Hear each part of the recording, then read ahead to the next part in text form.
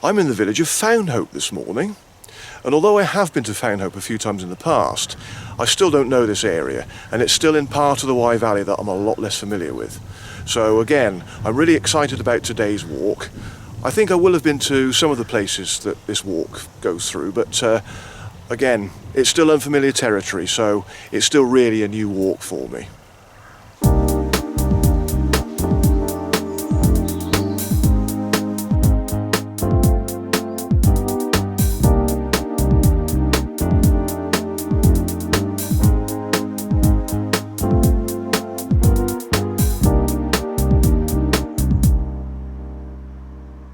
Fownhope is a village in southeast Herefordshire, 7 miles southeast of Hereford and 9 miles north of Ross-on-Wye, and lies within the Wye Valley area of outstanding natural beauty. Fownhope's main activity is farming, both arable and livestock, and there is also some equestrian activity.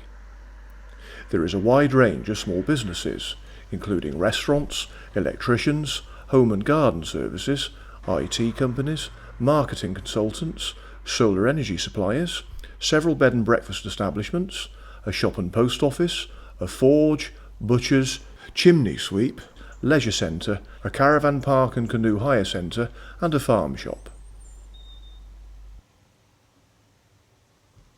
The New Inn is one of 2 pubs in Fownhope, which has been a friendly family-run country pub for over 50 years. The other is the Green Man, with excellent rooms, brilliant food, and friendly and helpful staff. Fownhope maintains a strong identity, and the Heart of Oak Society holds a number of events during the year, including the annual Heart of Oak Club Walk, where villagers walk through the streets with sticks decorated with elaborate flower decorations behind a local silver band, stopping off at houses along the way for drinks, including the cider made from local apples. The Heart of Oak Society also holds the annual fireworks display and bonfire night on the recreation field. Beside the main road are one of only 4 surviving stocks in Herefordshire, and one of the few in the country to be combined with a whipping post, and to provide space for 2 culprits at a time.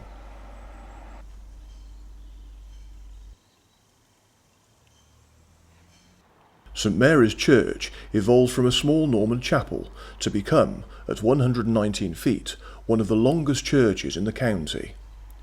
The central tower is 12th century. A south aisle was added in the 13th century, and nave and aisle extended in 1300. The present chancel is of the early 14th century, as is the chapel to the south of the tower, now a vestry.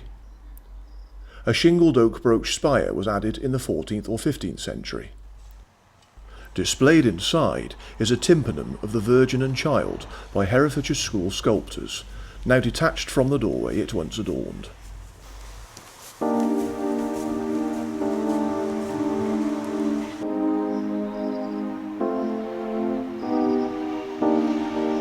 Well, that was just a brief look around Fownhope, so now I'm going to start the walk, and it actually begins as I follow Capler Lane for about a mile or so towards the River Wye.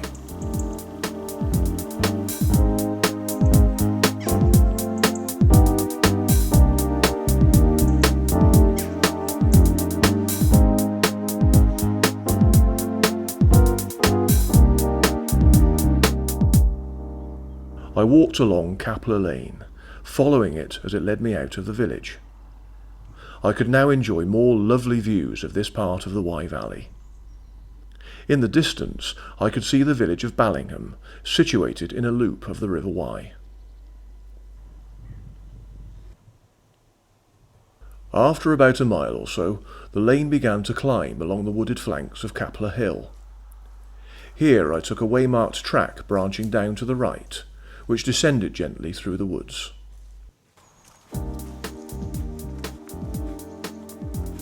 To my delight, the track soon ran alongside the River Wye. Progressing downstream around a sweeping bend, the view opened along the valley meadows.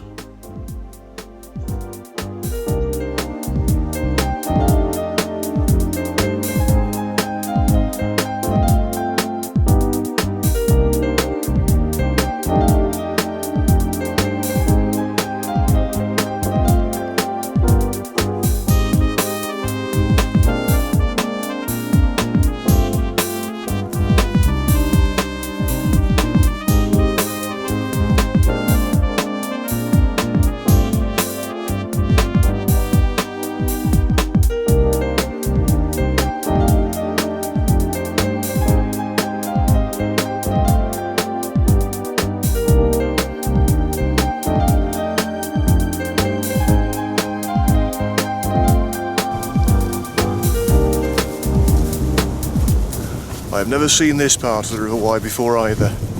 Lovely. God, you think you know an area so well, but clearly you don't. There's still bits that I've still got to discover.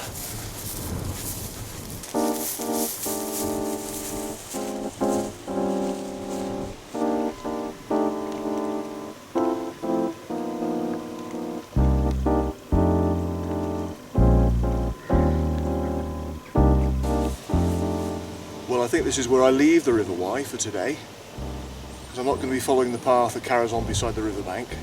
I'm actually taking this track up here to the left, so.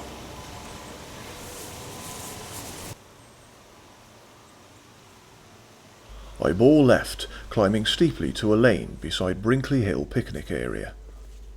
Turning left, I followed the lane into Brockhampton.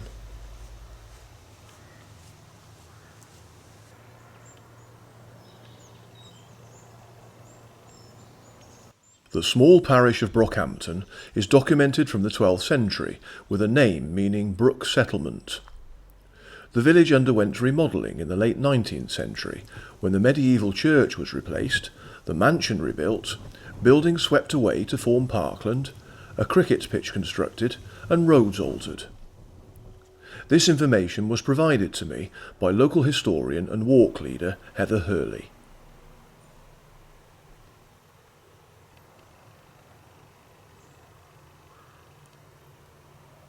Well, what a lovely little tranquil place Brockhampton is. Cut off and isolated from everywhere. Wonderful. If you want peace and quiet, this is definitely the place to be. Well, I must have been to Brockhampton before. I don't really remember specifically, but I must have been here before.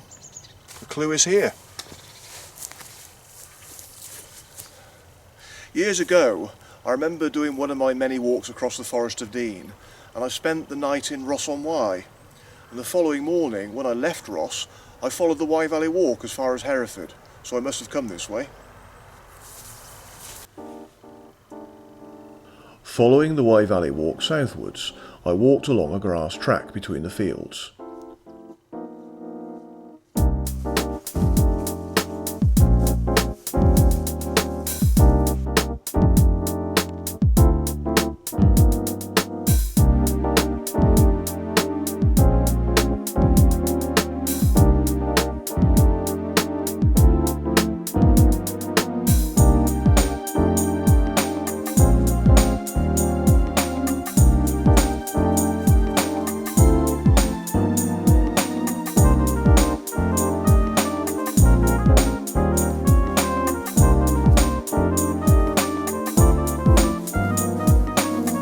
Now enclosed between tall hedges, the track ultimately led to another lane.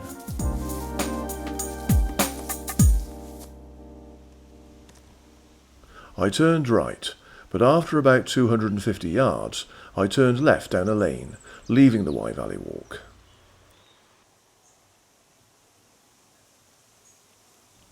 I followed the lane down into a dip, where I went through a gate on the left. As I began to walk up through a shallow valley, I encountered some fascinating posts. Women gathering fallen fruit, Fisher's orchard, shaking trees with long poles. Here men worked hard until 1960. Here men worked hard until 1960. I had no idea at the time what the posts signified, but thanks to Heather Hurley and the Wye Valley AONB, I discovered later on what they were all about. The posts are part of the post walk, created by the landowner Mr. Peter Clay, marking the path from Tottenham to Capler Camp. 1861 John Palmer. Malt House Peace. There is a total of 15 carved posts, all of which are cut from the estate, and measure 8 feet tall with 4 sides of 8 inches wide. The L's light sandy soil. To beef cattle in 1970. Lush grass only in wet summers.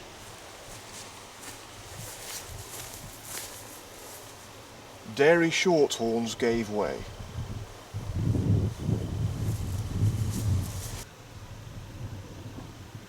The texts on each of the four sides tell a story about the places either remembered or documented, and are based on the posts at Kinnersley. Until the first tractor, 1946. Horsebank.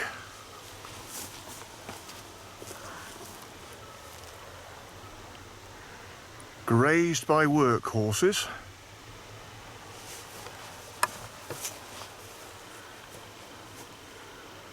Of Lady Ridge Farm.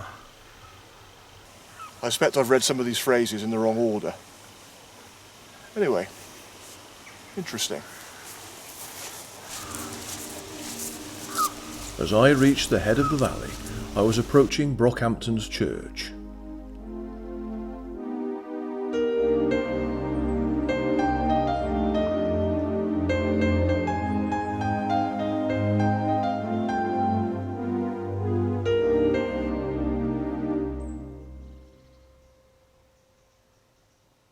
One of the few thatched churches in the country, All Saints' Church was only completed in 1902 and is a charming example of arts and crafts design. Deeply splayed windows admit an intimate light to the body of the building, which is decorated with carved panels of flowers on the choir stalls and tapestries designed by Burne-Jones and made in William Morris's workshops.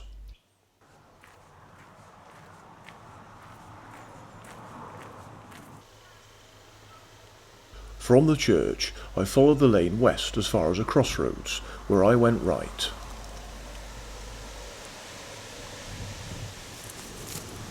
Okay, I think I've just found the perfect spot to have my lunch.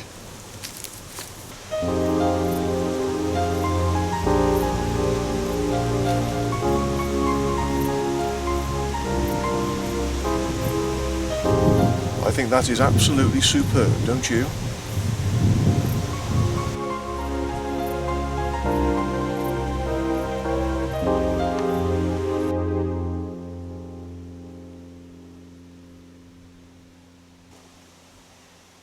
Just beyond Capler Lodge, I branched off right as I rejoined the Wye Valley Walk, this time heading northwards.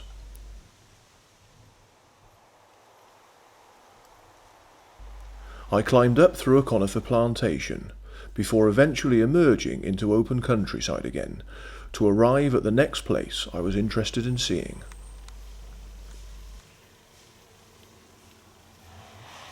Right, I'm now at Capler Camp.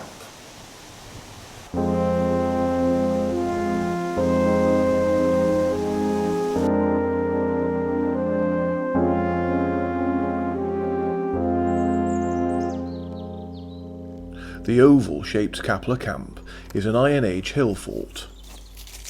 The earthworks are believed to have been dug around 500 BC. Although they suggest a defensive purpose, archaeological excavation in 1924 found no evidence of internal structures and concluded that the site may never have been occupied. However, more recent surveys revealed traces of a roundhouse and storage pit, leading to speculation that the site may have been a refuge, tribal village, or seasonal livestock enclosure. And the views from Capler Camp are pretty good too.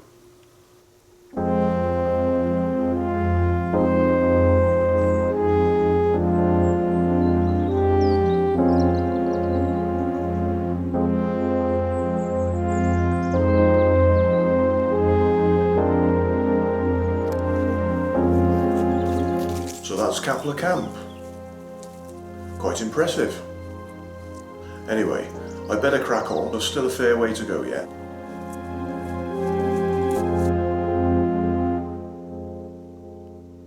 From Capler Camp, I gradually descended to the B4224. Turning left and then right after 50 yards, I continued to follow the Wye Valley Walk.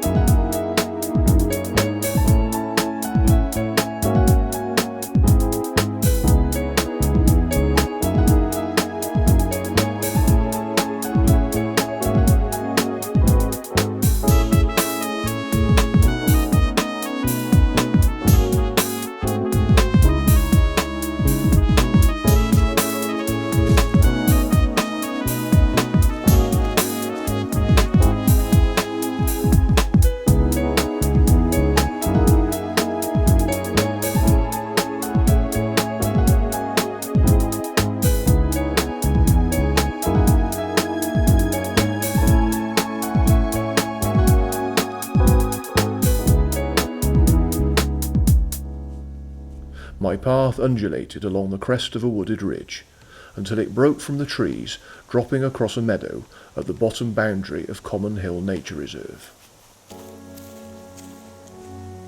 The views from here were superb. I could see right across the valley ahead of me, with Hoff Wood dominating the scene.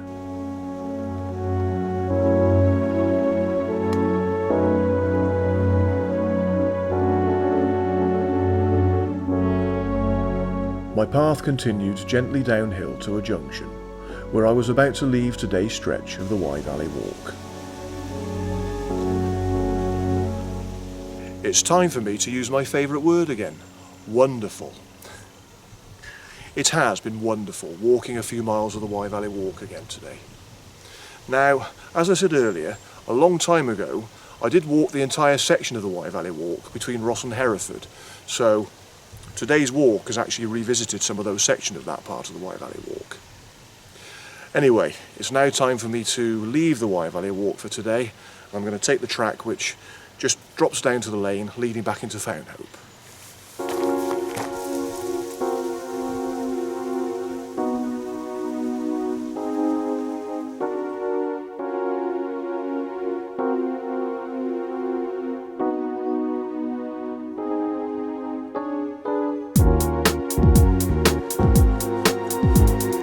Arriving back in Fownhope, I had completed a brilliant walk in another part of the Wye Valley less familiar to me, but to me it was still just as wonderful.